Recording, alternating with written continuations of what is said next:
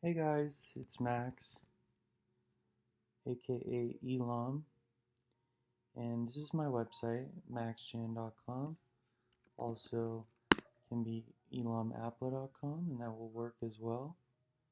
And I have a lot to say about this opening image. As you can see, a lot's going on here on the home page. We have the matrix code dribbling down, which I have coded to only have certain numbers and letters. Like the only numbers that will randomly be generated are either 1 or 7, and there's twice as many 1s as 7 because my number is 117.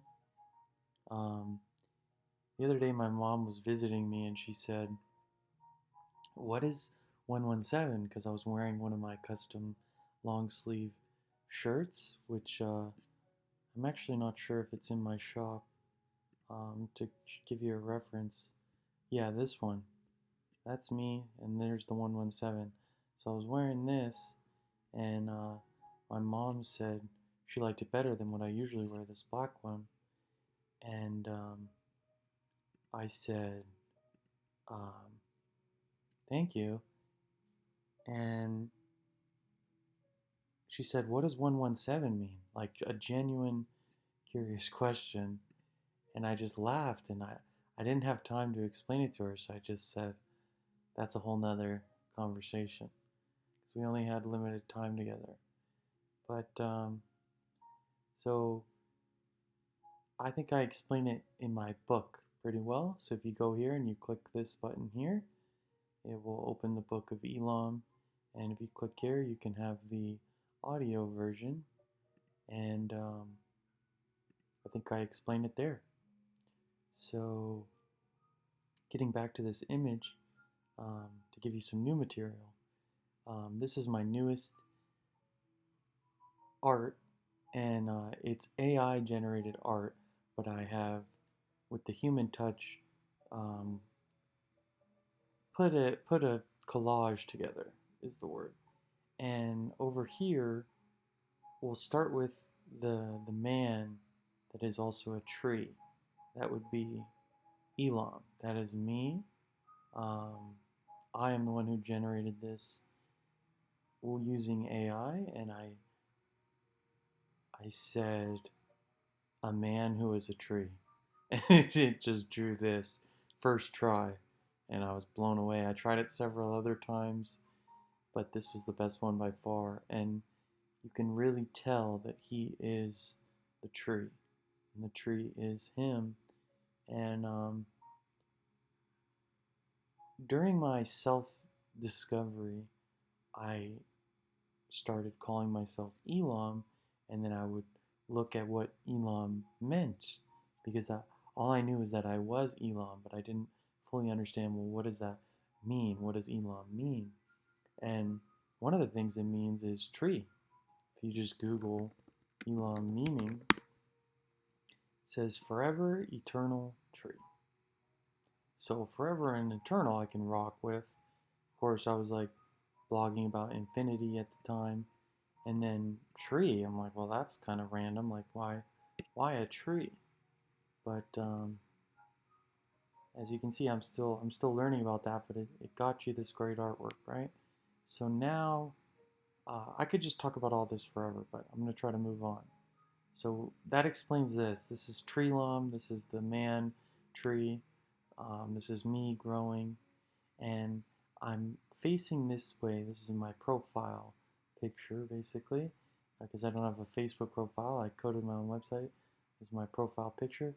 It's not even me, but I think of it as a man who's a tree. Anyway, I'm gonna move on. So, but what I wanted to talk about is this rainbow angel is a concept I created. Um, I'm not sure I really saw it anywhere. Um, it was just kind of an idea I had, which is I don't really remember the origination of her, but uh, one of my oldest AI artworks I made was a rainbow angel, and it was more of a younger version of this woman. This woman is young, but not as young as the other one. But this woman is she's somewhat angry and disgruntled, or she's a little bit upset at me that she has to watch my back, basically, because I have always told myself that I have a rainbow angel watching my back. So that was why I chose to, in this collage, put her on the backside of, of me, Elon. And her job is to just watch my back and protect me from any and all threats.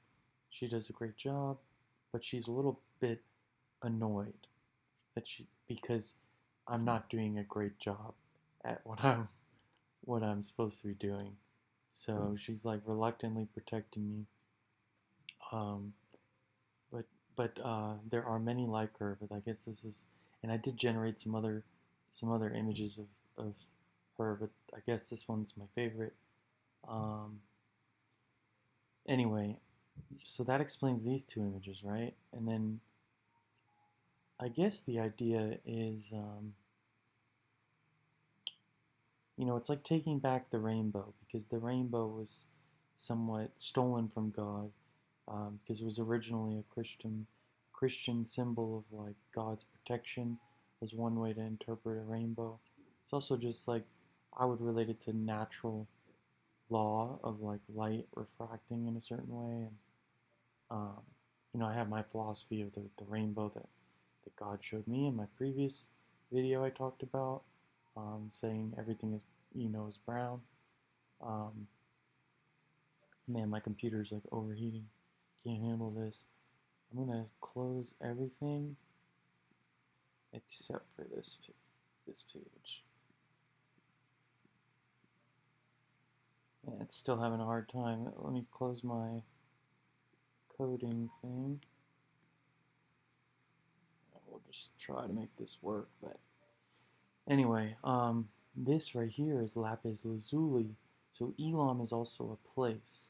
So when I make a collage like this and I need a background, I know exactly what to put, which is the lapis lazuli, which is my crystal, my gemstone. And I have some lapis lazuli. I think I actually lost it, but I can go down. I know what my crystal is, and I can go get it. I could go buy some more whenever I need it. And, if I was a billionaire, I would definitely have a table made of this or whatever. Um, I would have some of my home made of that. But it's got gold in it, and it's blue, and it's just kind of beautiful. And it's just kind of the background I used. So that explains that. That is, oh, it was found in Elam is an ancient city in modern day, that were in modern day Iran is there now. And so this gemstone was found, I guess, in Iran. Somehow I made the connection of I'm a tree. This is this is all just self-discovery, okay? This is all unique to me, and I hope you do the same thing for you. Um, it's fun to kind of tell the world who you are instead of let them tell you who you are. I mean, I think it should be go both ways. I think you should tell the world who you are, but also listen to who they think you are, but don't let that be the only thing. It should be a two-way system.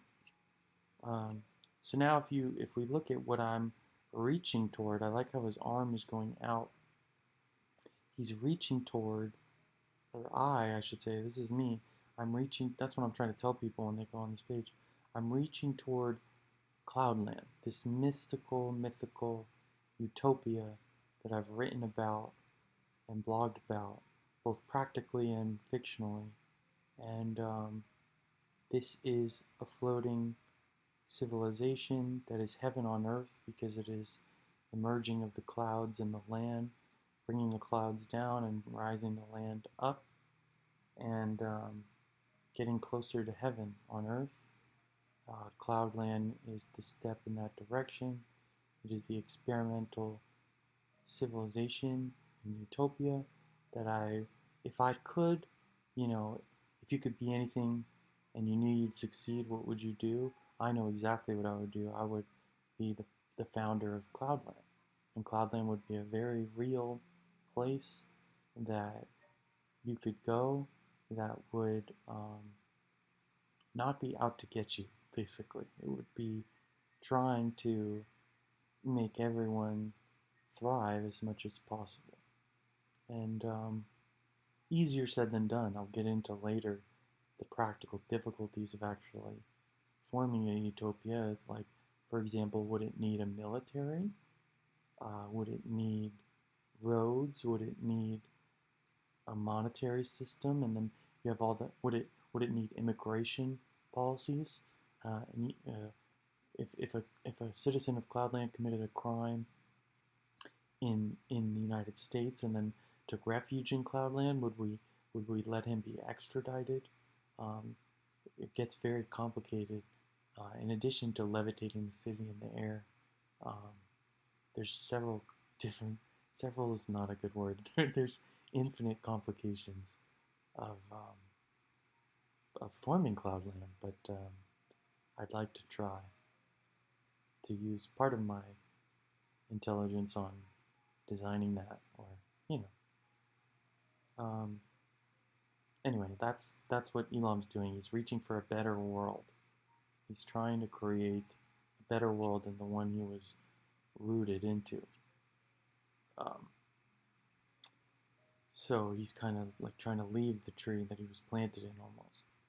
And he's reaching out at this girl. Now, this girl is somewhat transparent, like she's almost not really there. If you look at this girl, she's clearly there, but this girl is the most faded. She's behind the text, she's behind the tree, she is ethereal and etheric, and I think she is kind of like my future daughter. Like how I might not have kids, I might never have a daughter, I might have a son. But if I did have a daughter, this is kind of, that would be a good future for me. Um, you know, I'm off my meds, I've been off my meds for a few months, and I once had a doctor, a psychiatrist, tell me I would never have a normal family or a normal life. That was very early on, too. And,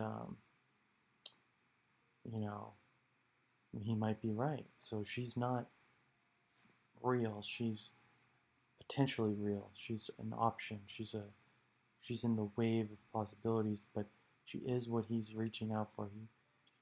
I want to be a good father and have a see. I don't really want to have a daughter in my current world and bring her up in hell.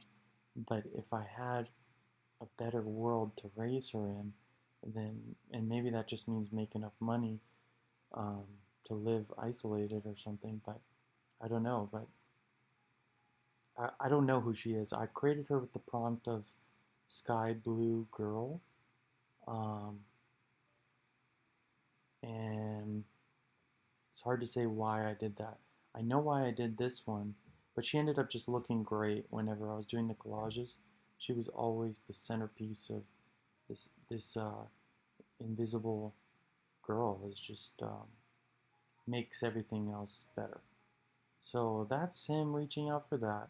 And then over here, this girl is actually, I did this with the prompt Emerald Girl.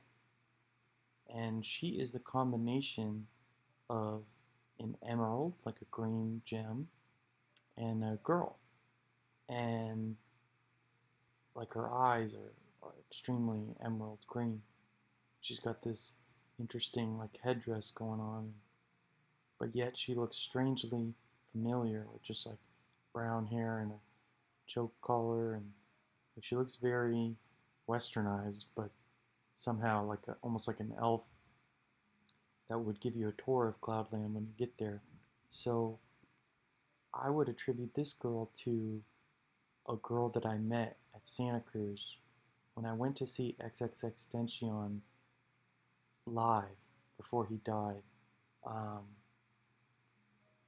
I I was I was very I had a lot of eyes on me that day because I was in the mosh pit, but I only danced for one song.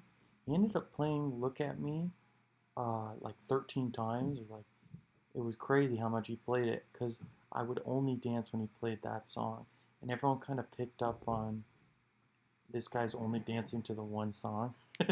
But he has a lot of great songs, but at the time, I was not a fan. I just liked the one song. You'll notice this horrible sound behind me. It's like construction behind me. Very irritating, but I try to spin it in a good way. Um, but it's difficult. But anyway, um, I call her my Emerald Girl. Basically, when I was leaving the concert, I saw two of the most beautiful women I've ever met. Well, the first one was dressed in all black, and uh, she looked like just a perfect 10, my perfect woman. And I was walking out of the concert, and nobody there was ordering food. So I ordered a pizza. And I remember thinking it was strange that everyone just got done with this huge concert and nobody wants like a slice of pizza on their way out. It was very bizarre, but I was the only one eating the pizza. So I'm walking out with a paper plate and a nice piece of like pepperoni, and this goddess girl comes up to me, just phenomenal, like picture there's just no comp. Maybe like Jessica Biel type woman, and she asked me for a slice of my pizza, and I was like, sure. So I gave her some of my pizza, and she kind of went away, and I just kind of stupidly went away, and I didn't like get her number or ask her out, or it was very sudden that she approached me, and I wasn't really ready for it. But I gave her the pizza, and then I just walked down the street, and I was with my friend who um, bought the tickets for us, and his name was Ty, and Ty and I were walking down the sidewalk, and I was thinking, man, that like Ty was talking to me, but I was thinking about that girl and trying to kind of find her again and being like, man, I may never see another woman like that. Like, I can't believe I just, uh, she came up to me and I wasn't ready for it or something. I don't know. I forget. She's not important. The Emerald Girl is what's important. That's what's so fascinating about this story. So I'm walking away, but I'm keeping my eyes peeled, looking for a spectacular woman that I just met, and I'm on good terms with because I gave her pizza, right? So um, suddenly, as I'm walking, this girl, even prettier than that, even more precious, very similar to this, like this is honestly a good representation of her. This girl walks up to me and says, like a combo of these two girls, because this girl was basically the idea of what would AI do if I told it to draw a pretty girl combined with a gemstone or combined with the sky. Like, because this girl that I'm talking about, the Emerald Girl, I call her because I never got her name, was so much prettier than other girls. It was almost supernatural. Uh, and she stops me on the sidewalk and says, and like really stops me, like gets in front of me and my friend, so I can't progress down the sidewalk anymore. And she goes, you know how girls do this sometimes. It's rare, but most or some guys will know what I'm talking about. She goes, "You look like somebody I know," or she said like, "You remind me of someone," or "I thought you were someone else," or "Have we met before?" But she was stopping me in my tracks and talking to me, and I am just blown away by this beautiful, beautiful girl. And this is when I'm like kind of in between girlfriends at Santa Cruz, so I'm like I'm a pretty cool dude at that time because I'm going to a concert. I'm getting my college degree. It's my second time there, so I kind of know what to do. I'm in good shape and have experience with college girls, and so I'm kind of in my prime in a sense, and definitely, dressed up and looking as good as I can for this concert. So I'm in the zone, and suddenly these two different girls are talking to me, but the Emerald girl was so spectacular that I was in shock. I was just completely shocked, even worse than the girl in black. And so I say no, like I wasn't even able to compliment her. Like, I definitely haven't met you before. If I did, I would know your name. I couldn't even say a compliment. I was just more of like, no, my name's Max Jan. Like, I don't believe we've met, or that I'm the person you are talking about. And then, later I'm kind of wondering if maybe she maybe she just liked me and wanted to talk to me and was coming up with an excuse, um, to give me an opportunity to hit on her. But I did hit on her in the sense that I definitely wasn't gonna walk away. I definitely wasn't like, okay, bye, and like, because I was already in the mindset of I'm looking for that first girl. So I'm already in the zone of like, okay, the predator, I guess you could call it, unfortunately, that mindset of like, you know, find a mate was turned on, whereas before it was kind of off. And so I'm in the mindset of get her number or something. But so she's talking to me, and she's like, "No, I know you. Like, we've met. Like, I know who you are," type of thing. And Ty is like, "What the fuck?" Like, later on, we're talking about it. He's like, "Dude, that never happens to me." But so I, he's like, "I wish pretty girls just stopped me and talked to me on the street like those two girls did to you or something." And I was like, "Huh." And anyway, he was bi, but he said girls never talked to him like that. Anyway, the what happened with the girl was essentially a blur, but her friends were in a car nearby, like a car pulled up, like a black van or something. And as me and her were staring at each other and talking to each other for like 30 seconds, um, I was kind of getting, I had in my mind, if I could just get her over to the side, like away from the stream of people, if I could just get her into like an alleyway, I could find out what is her name, what is her number, and date her, right? Because this was exactly the woman I was searching for. And then she um, seemed interested, like she was still talking to me, but she had her friends in the car, like this black car that pulled up, that were kind of yelling at her, like it was very important that she leave, like although she wanted to continue talking with me, for whatever reason they were like, come on, like I don't know if her name was like Sarah or what, but it was like, come on, Sarah, like we gotta go, like. So she was taken away, and she was like, I'm sorry, like I have to go or something. It was very strange, one of the strangest things, so strange that later on I kicked myself because I thought, what could I have done differently? Like, should I have just said, yes, I am who you think I am? Like, I've gone through all the situations in my mind. Should I have just grabbed her by the hand and pulled her to the side and kissed her? And then maybe after we kissed, she would stay that extra moment to give me her name and her number. But, was it a simple misunderstanding? Did she really think I looked like her brother or something like that? Could be, right? But it was two in the same like 20 minutes. It was like I had an interaction with XXX Tension where me and him were making eye contact in the concert, and he was picking up on the fact that I wasn't vibing to any of his music except for that one stupid song. And he has much better music than that, but that's just the energy I was giving off that night. And I just felt like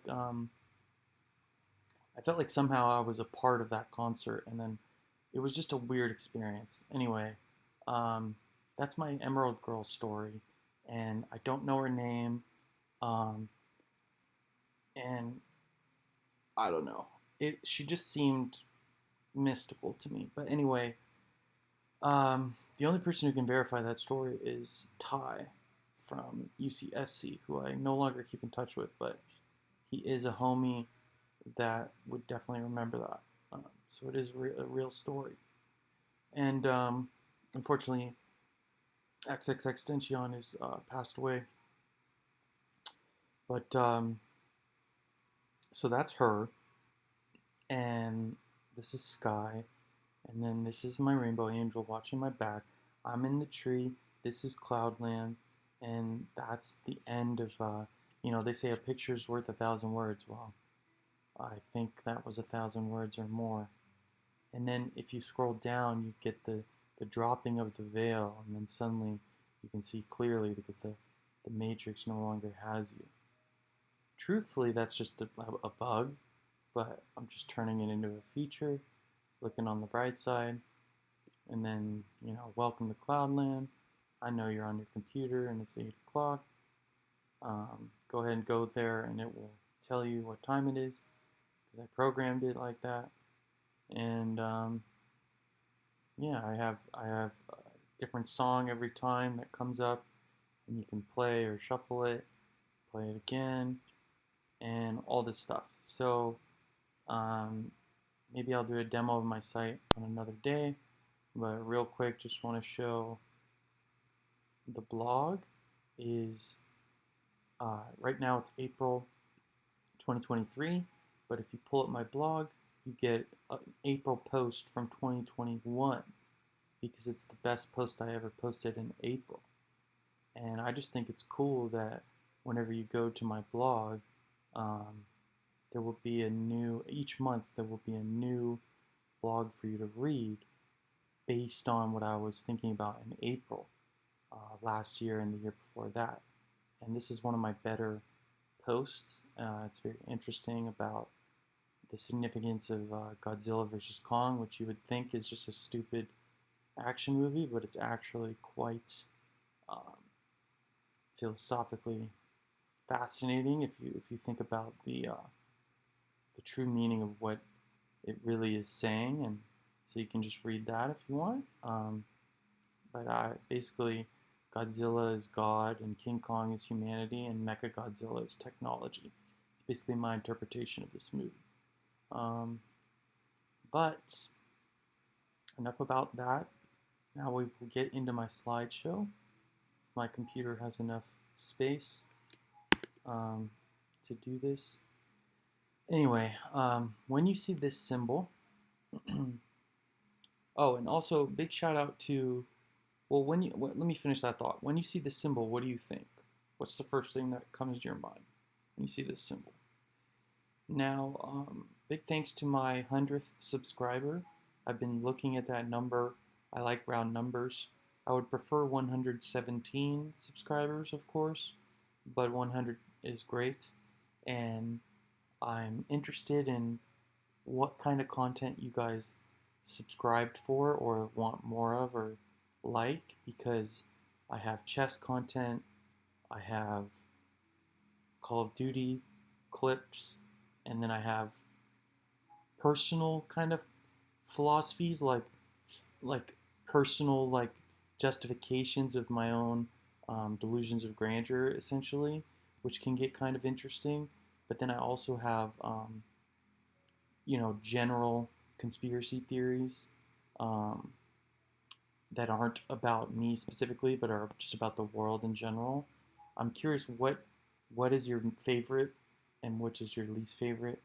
I personally am probably not going to care like too much. Like I'm still going to do me, but I am interested in like the people that do appreciate my channel. What is your favorite part? Because I could do a little bit more of whatever it is, but to be honest, I'm just being myself on here, and if anyone likes it, that's great, but I just wanted to express myself. So anyway, this is the peace symbol, but if you look at the peace symbol right now, it will be with the things going down.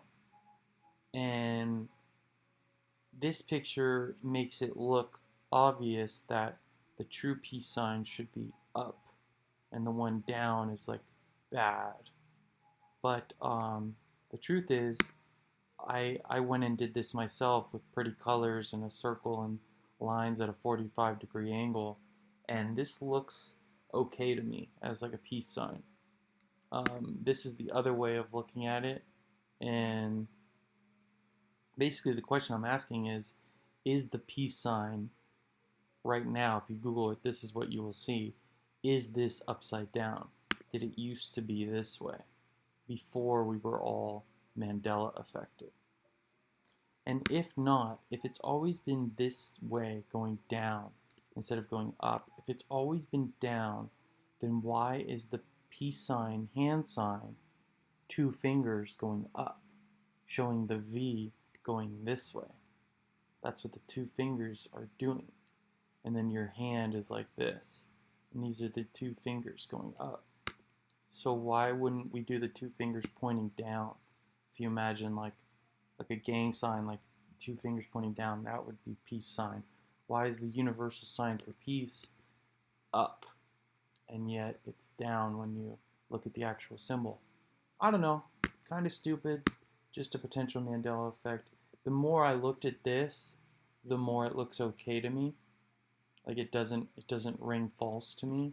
I think this is acceptable as a piece, but I also think that it is a little strange. Like this looks natural to me as a peace sign, and I think I got this just by literally taking a sign from the internet and flipping it twice. But this is what you'll get typically. Anyway. Bunch of random things I want to talk about today, but they are all interconnected in some sense because of just the synchronicity of life. And you know, I had a very contemplative day, and I didn't play any video games today or last night, and I just wanted to use my mind on other things. And this is a depiction of carbon chaining with itself. And carbon is the sixth element on the periodic table, and it is represented by a hexagon, six-sided polygon that connects to other hexagons, and basically it can bond with itself in all directions, and it's the strongest possible atomic formation in terms of ability to stretch without breaking. If you imagine you reach out and you pull one of these up, the whole fence pulls with it.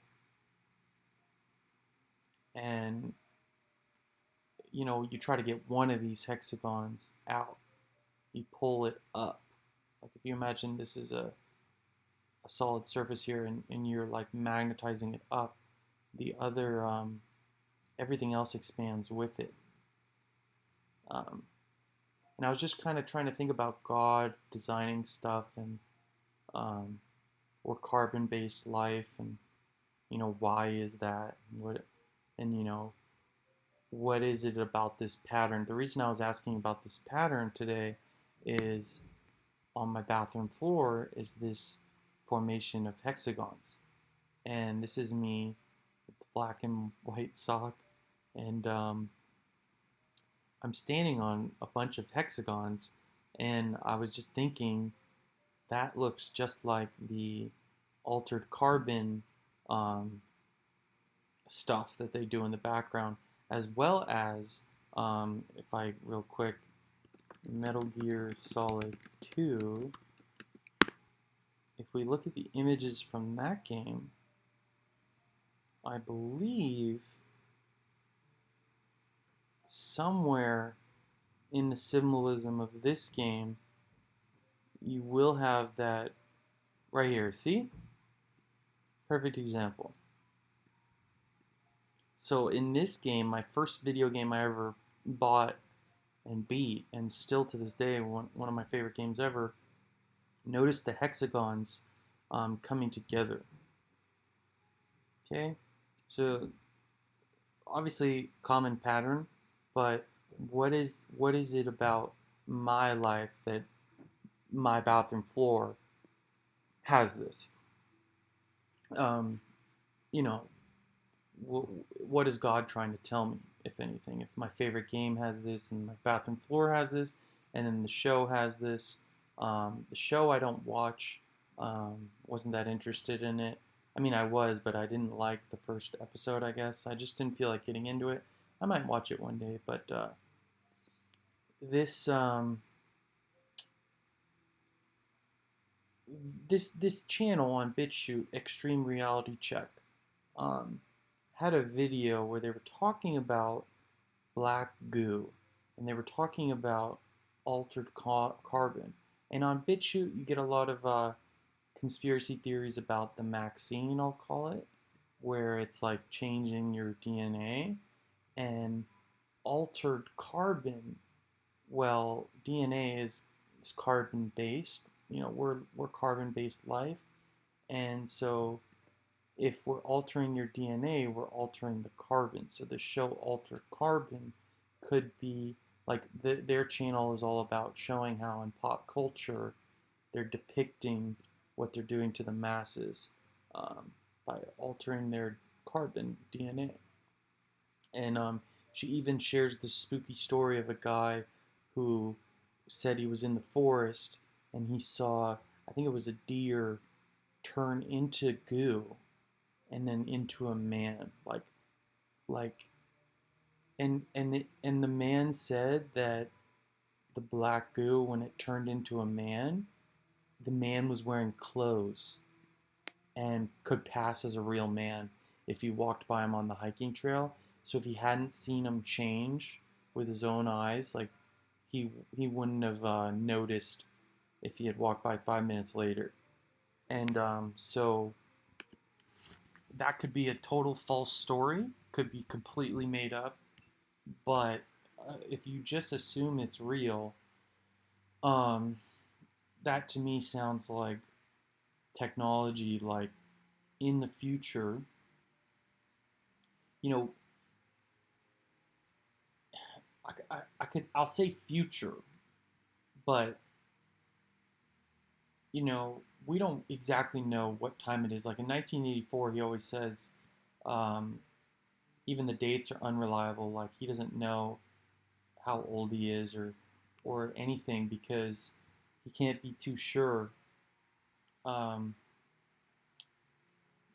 because of the manipulation. But like if you think of everything you know on Earth could literally just be a lab in a bigger world, and we're just the lab, and there's a scientist on the outside doing experiments in his lab, and the edge of our understanding is still just within his lab. And in that sense, there would be no such thing as future technology. There would just be um, known technology and unknown technology.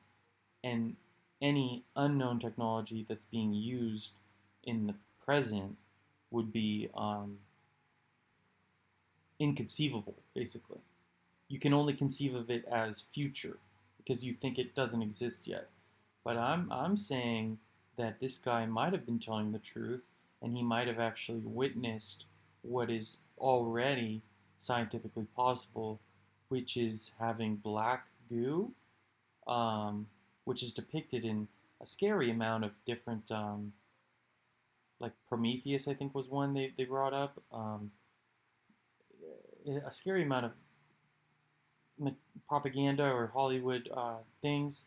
The black goo is a recurring thing. But anyway, the black goo could be the way that this technology, um, programmable matter, kind of like reorganizes itself. Like the way he described it was that it didn't go directly from the animal into the man, but rather it went from the animal to the black goo state and then to the man. So there's a phase in between transfiguration that is your pro, programmable phase. Excuse me.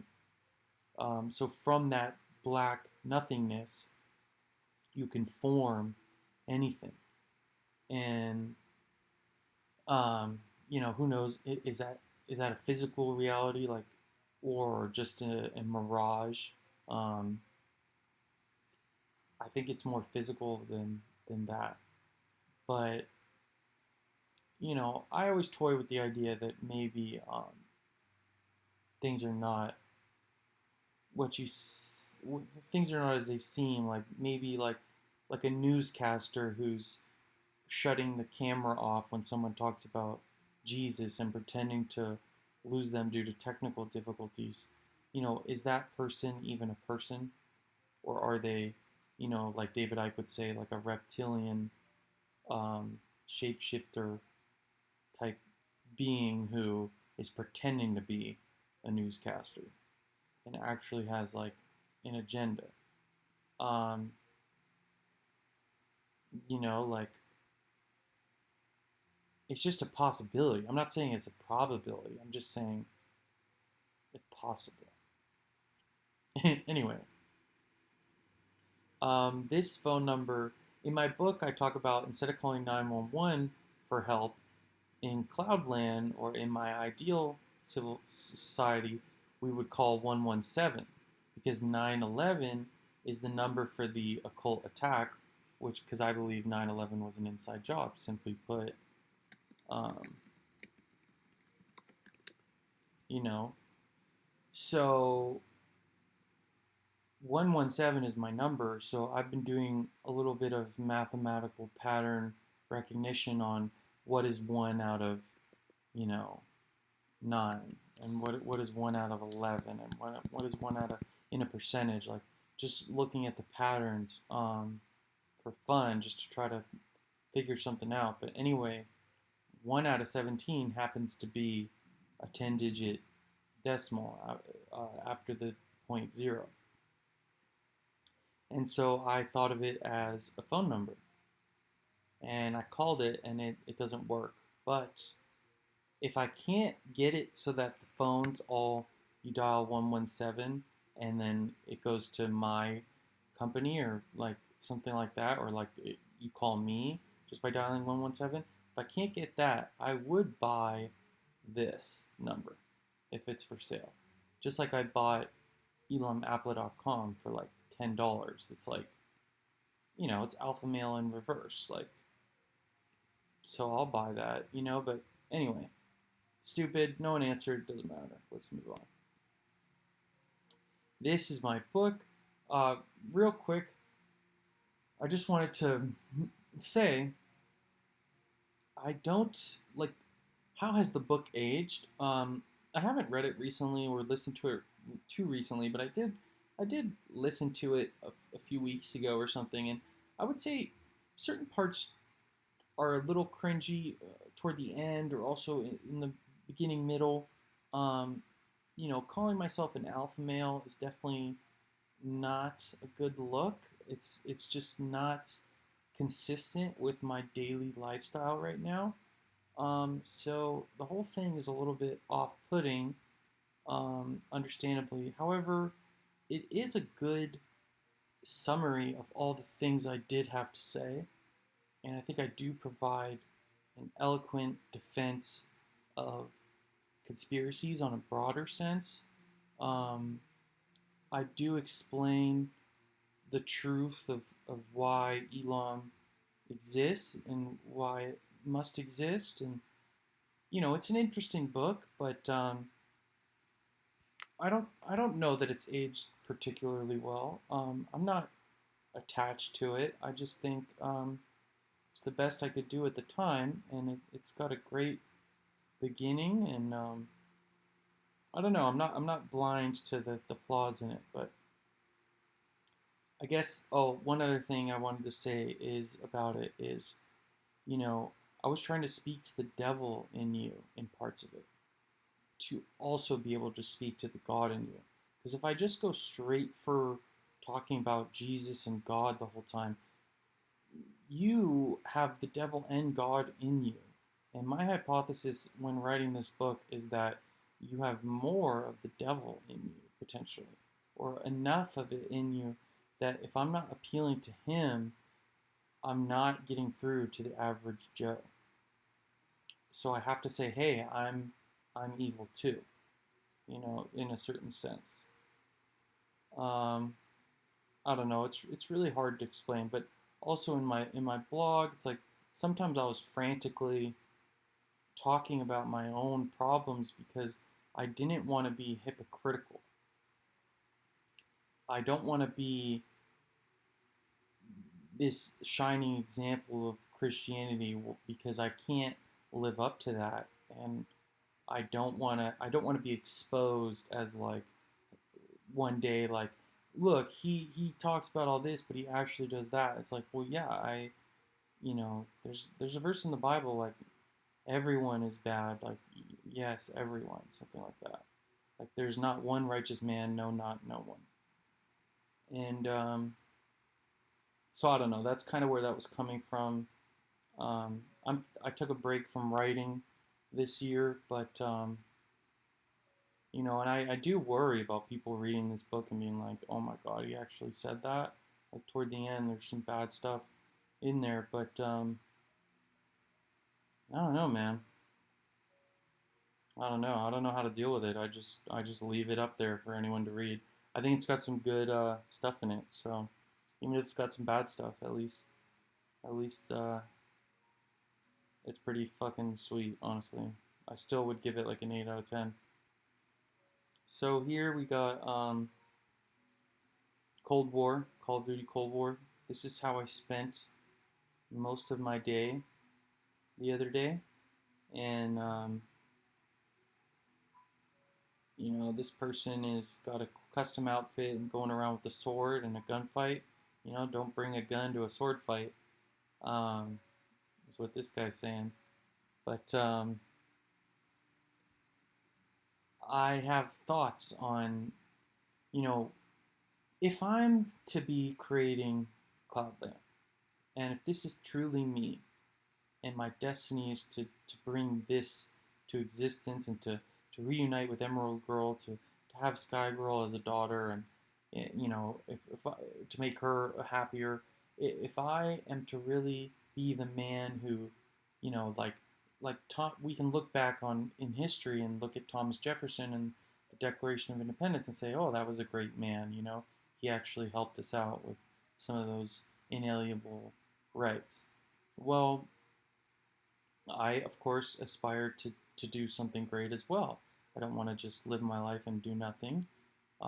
So that's my aspiration. So um, there's also crazy. The plot of this game is such a mind fuck. Like to play through this as a little boy multiple times and hear all the dialogue at the end, where reality breaks down and they actually predict AI and all this. That's like a whole nother video. Like the plot of this game is insane. But going back to what I was saying, there is this element of hypocrisy like that I wrestle with, like, or destiny. Like if I just waste a day playing Call of Duty, well then if I just like watch Pornhub at night, play Call of Duty during the day, maybe go to my job, clock in, clock out, nothing special, not making too much progress, paycheck to paycheck. If I'm just doing that with my life, which there are days where I wake up and I go to sleep and I do nothing remarkable and I don't move the needle forward on Cloudland and I'm just a flawed man, um, trying to see pleasure and avoid pain. If I have too many of those days in a row, I get this guilty sense of, well, maybe I'm just full of shit. Maybe my whole shtick is just full of shit, and I'm going nowhere, and I'm just delusional, and there's a lot of truth in that. That's why I'm trying to turn it around. Um, but anyway, my thoughts on why do I do it? Why does this game appeal to me? And you'll notice like a lot of my YouTube clips uploads are just this game, and it's like nobody even plays this game anymore. Like, who cares, right? There's a new Call of Duty out, but I don't want to play the new Call of Duty. I don't care about Call of Duty, but I'm still addicted to the old one, and I've been asking myself why, and I figured it out, and it's skill-based matchmaking. It's the fact that somebody who's always there to play, and they're always competitive. Because the better I get, the better players they match me with. In my prime of Call of Duty, I remember they would match me against teams of people, and I would be the only person on my entire team that was good. And it would be me versus like five good people, and you could just tell. Um, but if you do well, there's something in Resident Evil 4 too, called adaptive difficulty, where they programmed it in the game where if you're just not taking any damage and you're just like kicking ass, some of the zombies will just kind of aggressively run and tank through your bullets and just grab you just to shake it up a little bit. And similarly, if you're just getting your ass kicked in Call of Duty, they will actually match you up with a softer lobby of other people who are also getting their asses kicked, and then let one of you like do okay. And this is to keep player engagement high. And they have their own like formula. I've read papers on the skill-based matchmaking patents that they've done. They have their own unique recipe of like how to keep players engaged, and they're doing some shit to me with that. So what I'll do is I'll get so good that there's no one they can match me up against that I can't beat. And then but then I'll start handicapping myself and I'll start using no bullets. And then suddenly it's exciting again. So it's a combination of them doing it and then also me doing it to myself with handicaps. Like, well, I win every game, but can I win with a pistol? Can I win without using any primary weapons? Like things like that. Can I win without um, firing a bullet? And the answer is yes, but I'm not going to lie to you, there are games that are significantly harder. Like there are some games where I get into, and every single player is just like as good as me, no joke, and it becomes just a dogfight. And maybe I am the best player and I still win, or maybe I'm like very rarely do I weigh the team down. I try to at least go like positive, but anyway, it doesn't really matter. Like getting better at this doesn't really do anything for me. So why am I trying to like like I was chasing content. I wanted to create like the perfect video of me showcasing my lethal ability with like the sword or the knife, and like fine, but like of my 100 subscribers, like how many of you care? Like maybe like one of them likes the Call of Duty clips, you know? Like what am I doing? Like even if I do hit the tomahawk across the map and slice five guys for the game-winning kill, like does it matter? Like I don't know. Like for now, I'm just kind of farming the videos, and then later I can make a video about all the videos and kind of like delete all the old ones. I don't know what I'm doing, but anyway, the point I'm trying to make is skill-based matchmaking keeps me engaged or addicted, and it's even it's hard to say if it's worse in Call of Duty or chess. They're basically I'll go a whole day where I'm only playing Call of Duty and I'm only playing chess, and then I'll think to myself, why am I doing this? Like, because I'll lose a lot. Like a lot of the Call of Duty games, if I'm using the sword and they're putting me against the best players, some of those games I will lose, and then I will get this competitive desire to force myself to win, even with no bullets and against the best players, because the game knows how good I am, and I'm using the worst gun in the game usually. So how am I gonna win? And it's just like hard work and effort, and then in chess, um, there's a rating system. So let's say this guy with the black pieces is 1600 out of 3000. That's his rating. And let's say with white is 1500. I always get this wrong, but basically that means black is supposed to win. He's 100 points higher. He probably has, I think it's a double chance of winning every 100 points. So if these guys play 3 games, black should win 2 of them, basically. Um, if white wins, he goes up significantly. If white loses, he goes down a little bit. If black wins, he goes up a little bit. If black loses, he goes down significantly, like by a factor of like 2 to 1, basically. But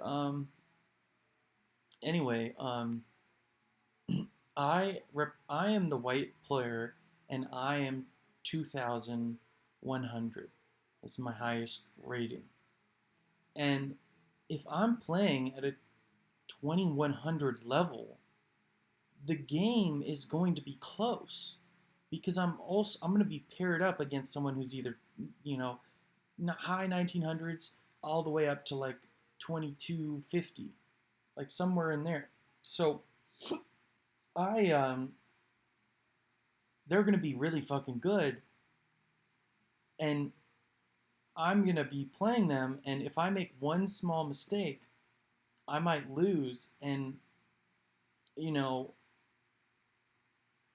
even though I'm like great at chess and getting better at chess, you never really get the satisfaction of feeling like you've actually improved, except for the number.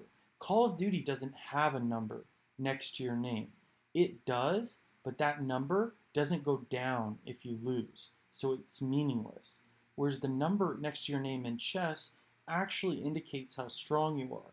And that number lets me know, okay, I'm a 2100 player. I can stop now at 2100. But without that number, if chess.com just matched you up against people without telling you the way Call of Duty does, it would be frustrating because as you got better, your opponents would get better, and you would basically win 50% of your games forever.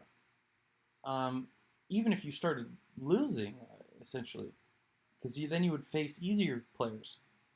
Anyway, it's very nuanced, but basically what I'm saying is the reason I think I'm addicted to these 2 games is because, and the reason I kind of want to stop putting effort into them is it's kind of like playing a brick wall, like punching a brick wall, and you cannot punch through the brick wall because you're not strong enough. And you train and train, and then finally you punch through the brick wall, and it actually breaks, and you break through it, and then on the other side of the brick wall is an even stronger brick wall. And now you're punching the brick wall laced with concrete, and you can't punch through it. And brick walls are still hard, but at least you can punch through them sometimes. And so you occasionally face a brick wall, and you occasionally face the one with concrete. Eventually there's a steel wall, and you can't get through the steel wall. But no matter where you are, there is a wall that you cannot get through. And that is the perpetual state of chess. There is never a triumph because there's always someone better, is one way to think about it. Even in Call of Duty, as great as I think I am, every once in a while I jump in a game and there's just a guy who just has my number and I just can't get him, and he just fucks me up, and then I never see him again, and I just think, damn, that guy was better than me. And in chess, sometimes I just get fucked up, and like, there's just always someone better that even if I were to play like a god for 10 games in a row, all that's going to do is make tomorrow harder. Because tomorrow, when I log on and just want to play a chess game just to like let off some steam, I'm matched up against someone who also just played like a god for 10 days. You see what I'm saying? And one of us has to lose. They match the winners against the winners and the losers against the losers, so that someone's always losing and someone's always winning. Anyway, it's just like, it's just maddening because um, no matter how good I get, it's never good enough in Call of Duty and chess. So I'm thinking about essentially putting them both on hold and saying, I am what I am. I can how good am I? I can hop into a lobby and win the game for my team. Good enough to overcome a bad team and beat a good team 90% of the time. Okay? And I can have some fun while doing it, some style points. But I'm not any better than that. I can't win every time, and I can't do completely insane things like using a silent sniper that's a two-shot kill and is bolt action, and you basically have to shoot him and then shoot him again unless you get him in the head. Like, that shit is like doable, but it's rare. And then in chess, it's like, how good am I? Well, I'm about 2,000. I can get my rating artificially up to 2,100 by focus and determination, but I'm not actually that good. So if you put me up against another 2,100, I'm gonna lose most of the time, and then I'll kind of go down again. And so how good am I? I'm 2,000. I guess you could say 2,100 because I did go up to like 2,110 and then down a little bit. But then I started playing on chess.com, and I think I got up to like 1880 or something. I was trying to hit 1900. It's a little harder on chess.com than Lichess. I found out, but um, it's a frustrating pursuit. It's a never-ending wall, and even Magnus Carlsen, the greatest player of all, lost today to Hikaru because guess what? He's playing the other best player in the world. So it's like even at the tippy top, you're still not alone. You're still challenged by someone else on the top of the mountain. Um, Magnus did go a full calendar year without losing back when there was like classical tournaments over the board every once in a while. But in the age of rapid online events, he actually mouse slipped, and that's why he lost. But he was probably gonna maybe lose anyway. But anyway, those are my thoughts on. I'm wasting my time with chess and with Call of Duty. It doesn't mean I won't make a video explaining how to play Call of Duty, um, or explaining how to play chess, or having some fun with these two things. But I just mean my competitive energy has been hijacked by skill-based matchmaking, where every person you play is just another you, and so you're fighting yourself, and you can't win. Because if you win, you'll just fight an even stronger version of you the next day and then lose. And you're in this perpetual state of frustration. Because I would like to be able to just win every game. Like, I remember the good old days. The good old days is like, if you figure something out and then you're good at it. Like, you practice dribbling with your left hand, and then you go play the same basketball league with all the same players, and you realize you're the best now. Like, I remember I was okay. I was like good, like an all-star. Then I practiced every day like a maniac, didn't tell everyone. Went back the next season and like Kobe, like was just significantly better, and then I could see the results because my competition didn't copy me. So it was satisfactory to actually practice at something and then see the results improve. And like in a real chess game against a real person, you can maybe improve, but that's only if they're not working as hard as you. Um, I don't know. I'm just chess, man. It's so hard because the better you play, the harder it is the next time you play.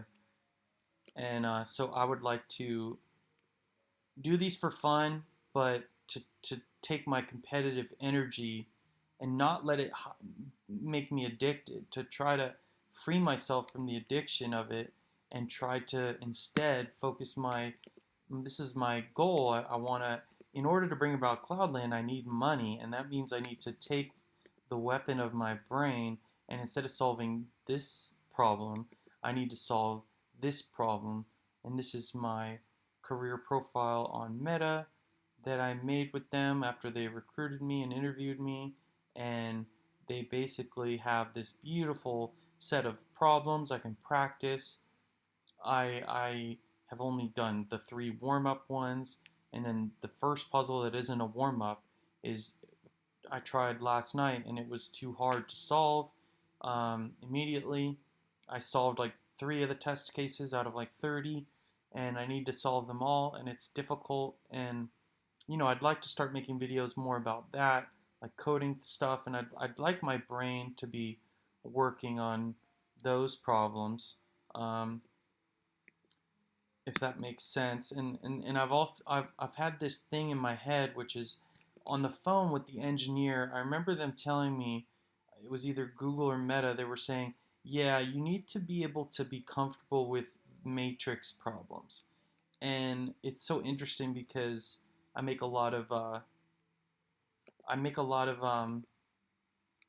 references to the matrix. And I recently had a phone call with a guy who my dad is friends with, who actually reached out to me because he heard I called myself a white blood cell. And he used the word matrix several times. And he is the CEO of like this $1 million company. I don't want to give him away, but um,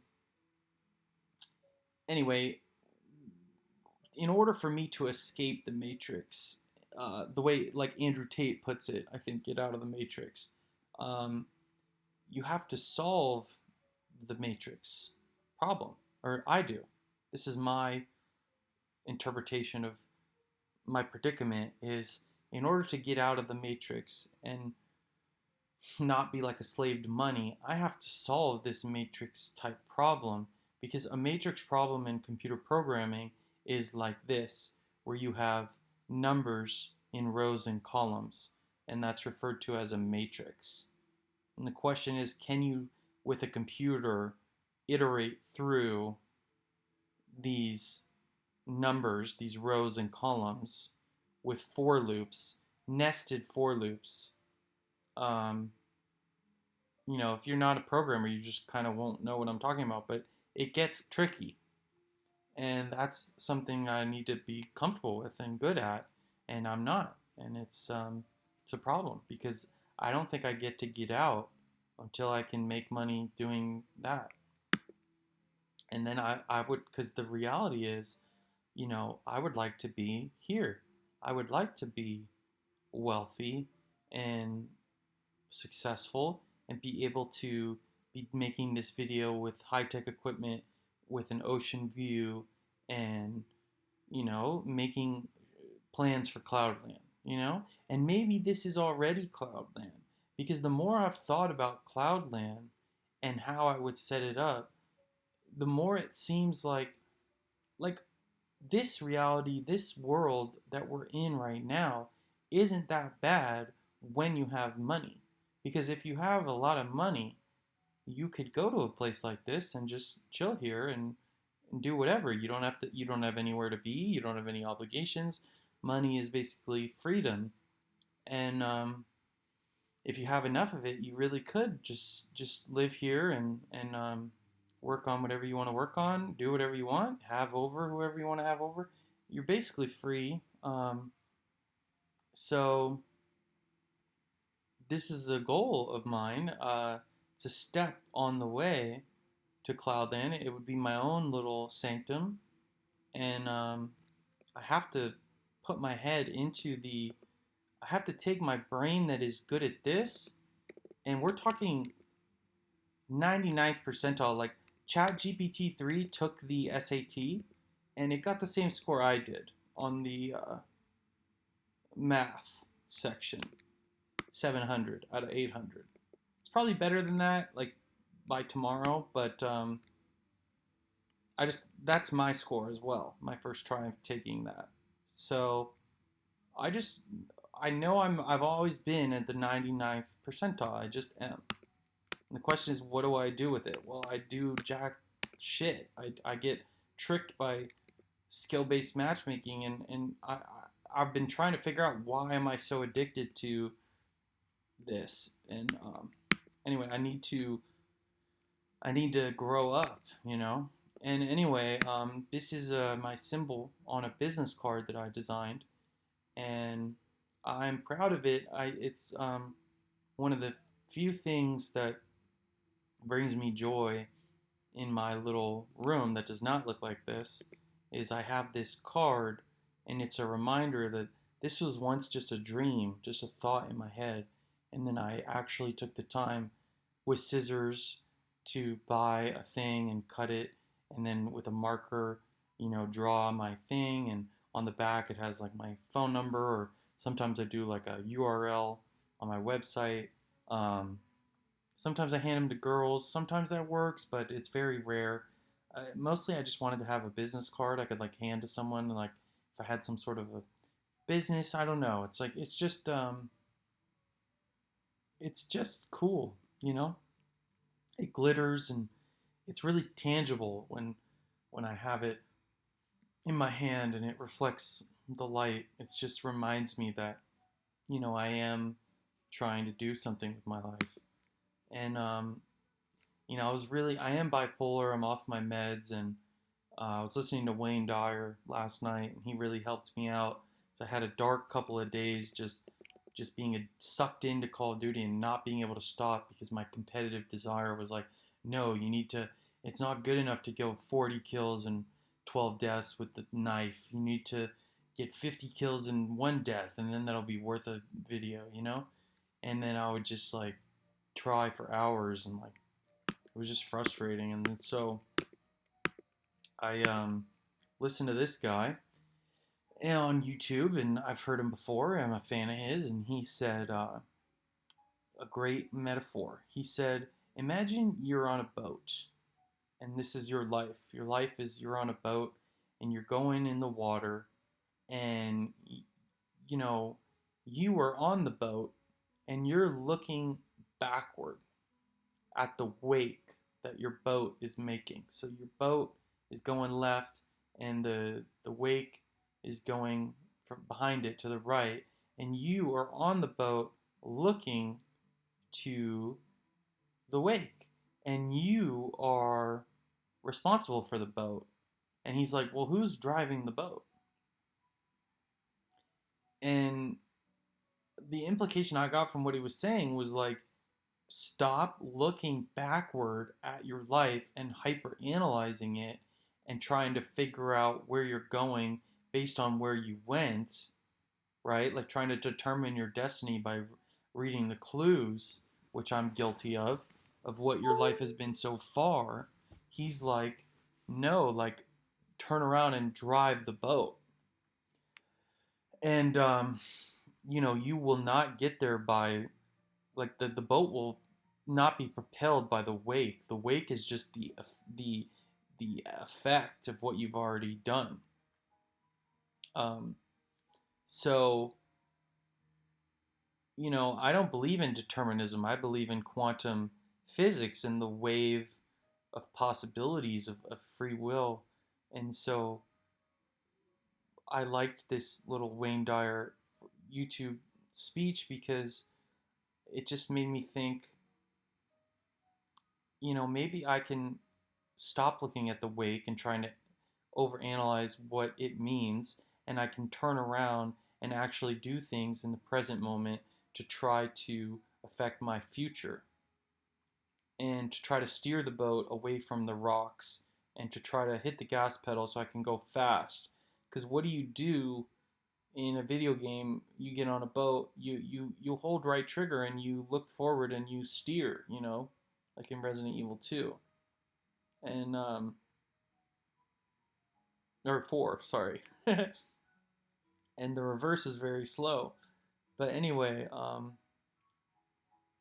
I just love this metaphor. And so I was thinking, I'm gonna. He also said, don't let your thoughts weaken you.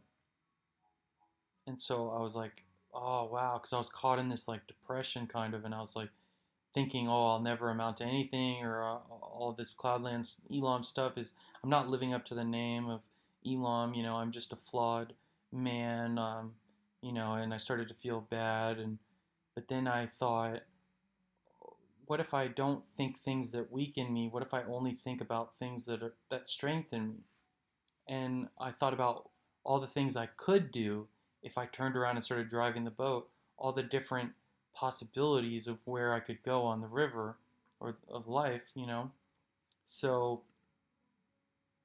anyway, I loved that. And then over here we have a couple YouTube videos that show, and I'm surprised it's on YouTube. It's on BitChute as well, but there's some videos that show, like, this is Benjamin Watson. He was a great tight end on the Cleveland Browns, my favorite team, and he was also on the Patriots. I think won a Super Bowl with Brady. He went viral, I guess, for writing about Ferguson, and then they brought him on live TV, and he started talking about Jesus in a very eloquent, respectable way, and they just literally like said that they lost him to technical difficulties right when he was on his like slight tear about his savior.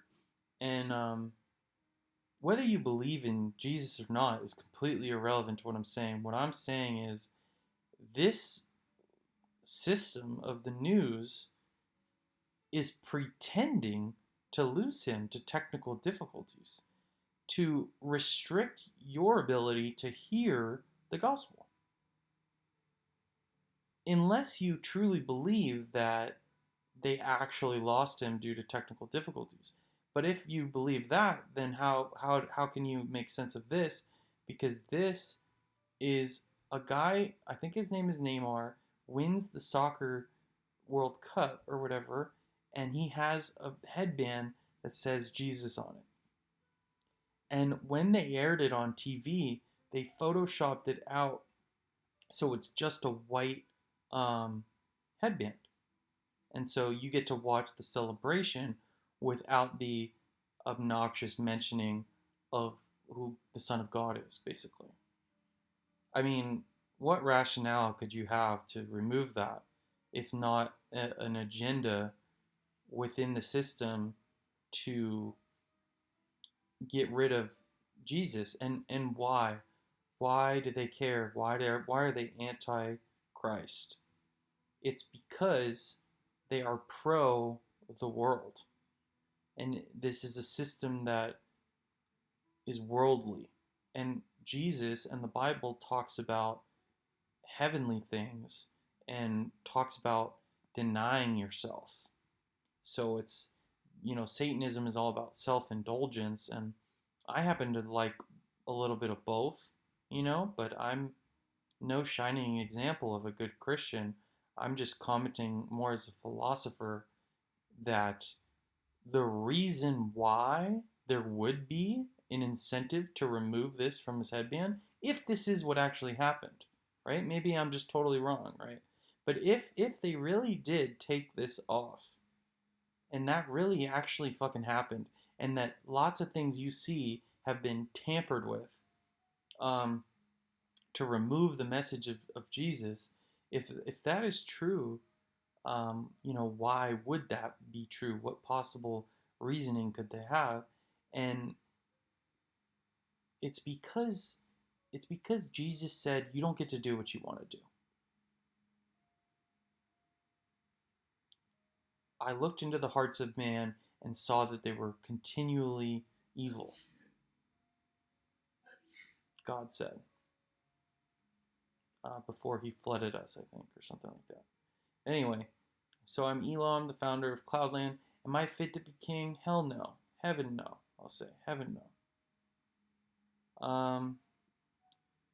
I mean, maybe I should say no to hell and yes to heaven. But heaven, yeah, hell no. But no.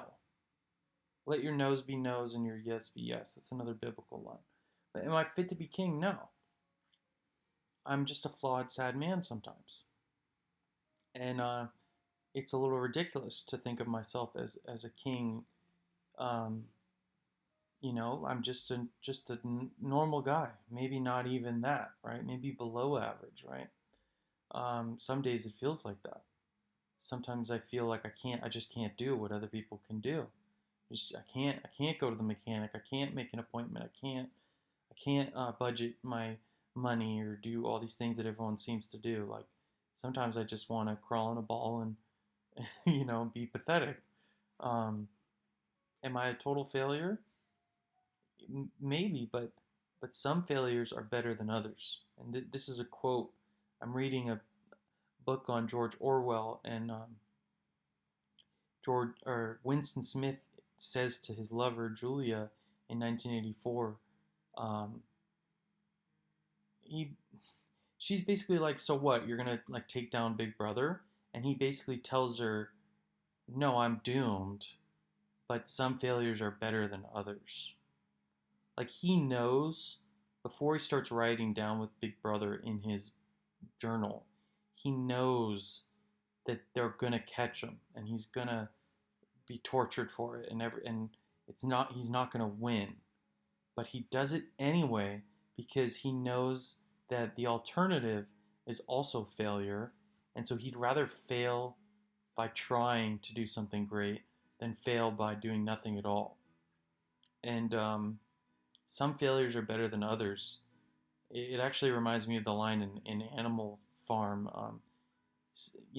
All animals are equal is what they unite and overthrow the humans, but then the pigs change it to some pigs or some animals are more equal than others. But that's just funny. But anyway, is my destiny altered by the present moment? I already talked about this. Um, I believe that both destinies exist of me being a success, like here, and then me also being a failure, like stuck in a virtual world 24/7, playing people that are just as me with no satisfaction of getting better and just in a perpetual struggle with self.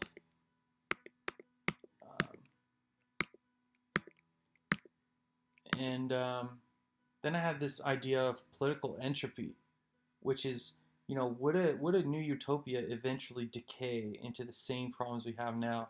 So um, even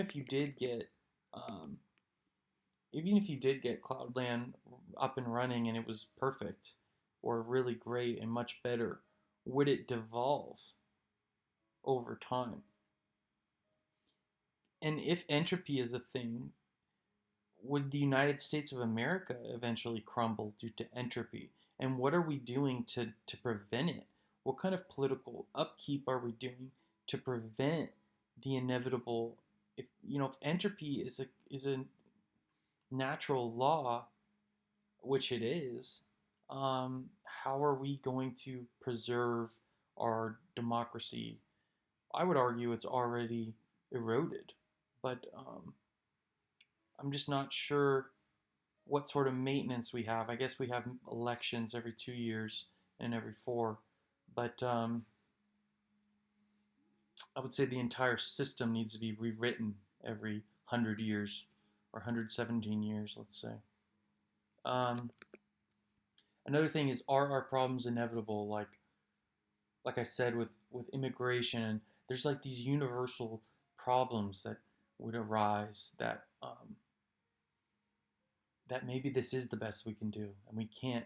There and Cloudland is a pipe dream, and no matter what civilization you make, you will always have, child abuse or, you know, cheaters or get rich quick schemes or criminals or invaders like disease, all these problems might all just happen. Or like, where are you getting your food in Cloudland? Where are you getting your energy? Like, do you have to dig up things in the earth? And where do you put your trash? Like all these things that could make it complicated. And then, but the question I have is, would AI and robot workers alleviate some of these problems? Like, is that the game changer? And is that the time to start a new civilization? Because if we started a civilization right now, if you just gave me infinite money, or let's say 500 trillion billion dollars, and I was creating a civilization,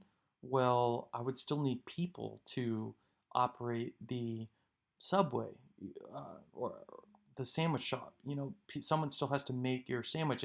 If you want to live in a world where you can just order a sandwich on your phone and get it delivered, well, who made the sandwich, right? But because then you would have to have people living in Cloudland that make the sandwich. But why would they make the sandwich if Cloudland is a utopia? Why would they have to go to work that day and make the sandwich?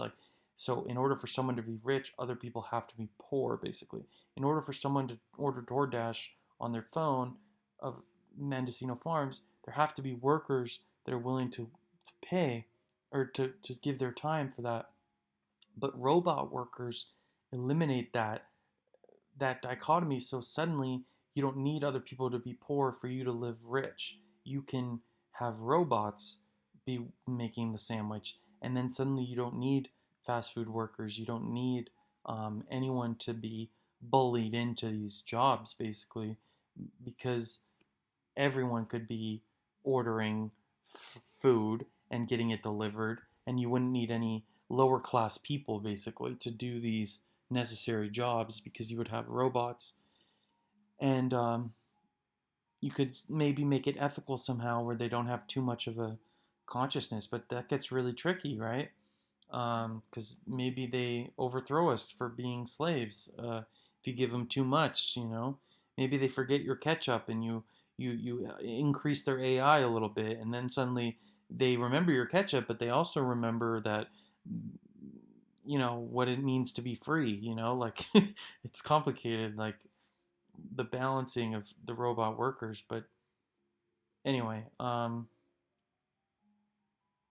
that's just that's just me humbly admitting it's not so simple to make Cloudland. And I would my founding principle would be transparency, and I wouldn't be the king. um, there is the term philosopher king, which I like, but I would like the leaders to be in constant discourse, transparent video to the public, um, just honest admissions of what I know and what I don't, and trying to work with the people to, you know, have a real representative democracy, if that's the best way to do it. I think live voting, like with polls, would be interesting, but there has to be like it's really hard in the coming age. It's going to be really hard with deep fake and everything. It's going to be hard to know what's real and what isn't. Um, it's going to be a new era of reality. Anyway, can I conquer myself? I'm going to leave you with the word of God and this honeycomb now. This is similar to the carbon formation in my bathroom floor. And also, the CEO I was talking about has a company called Human Bees. And I was looking at his profile, and he had these hexagons. And it was obviously a reference to his bee hive, the honeycomb. Um, he's a human resources guy. And, you know, I just thought it was interesting that it tied in to my bathroom floor is his human bee thing. And he reached out to me because I was a white blood cell, and he was too.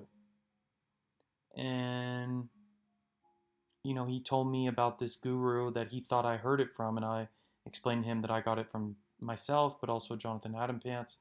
And he told me it was from Higher Balance, and I just listened to some Higher Balance, and it was about like time travel, and it was actually pretty cool. And anyway, he that is slow to anger, or he who is patient, is better than the mighty, and he that ruleth his spirit than he that taketh a city. So let me say that again without ruining it. He that is slow to anger is better than the mighty, and he that ruleth his spirit than he that taketh a city. So the person who rules his own spirit is better than he who takes a city. Um, so before I can create Cloudland or conquer the world, I would need to conquer myself, is kind of the quote I was looking for. I couldn't find it, but this is the closest thing I could find to what I thought already existed, which was, I think the line I was looking for was, better is the man who conquers himself than who conquers many cities. But I couldn't find that in the Bible or anywhere. So I found this: he who is slow to anger is better than the mighty. He that ruleth his spirit than he that taketh a city. So I have not yet ruled my spirit or conquered my own addictions or used my time productively enough. I'm still in that battle. I'm still just a flawed man, partially mentally ill, partially mentally well. Um, you know, um, some days I'm creative, some days I'm just a consumer. Um, but I have aspirations and dreams. Some days I don't. But overall, I do. And that's the end of my slideshow. But this is the image I guess I want to leave you with, or I want to leave myself with as well. It's the image of improvement, and it's my quest to improve both my life and the lives of everyone I can impact. And it is the delta is change, the triangle, Greek letter D for difference, change in mathematics, and then the halo, like on the angel, like the rainbow angel. Um, so the power of imagination, thoughts that weaken you versus thoughts that strengthen you. Wayne Dyer talked about. And so I'm going to focus on thoughts that strengthen me and let go of the thoughts that weaken me. And one of the thoughts that strengthens me is this symbol, because it lets me know that, hey, there are better times ahead. You can do better. Um, things can get better. Things can be more heavenly on earth, if you put in effort. And so, God bless you. God bless Cloudland. And God bless God and his holy angels. I pledge allegiance to God and his holy angels.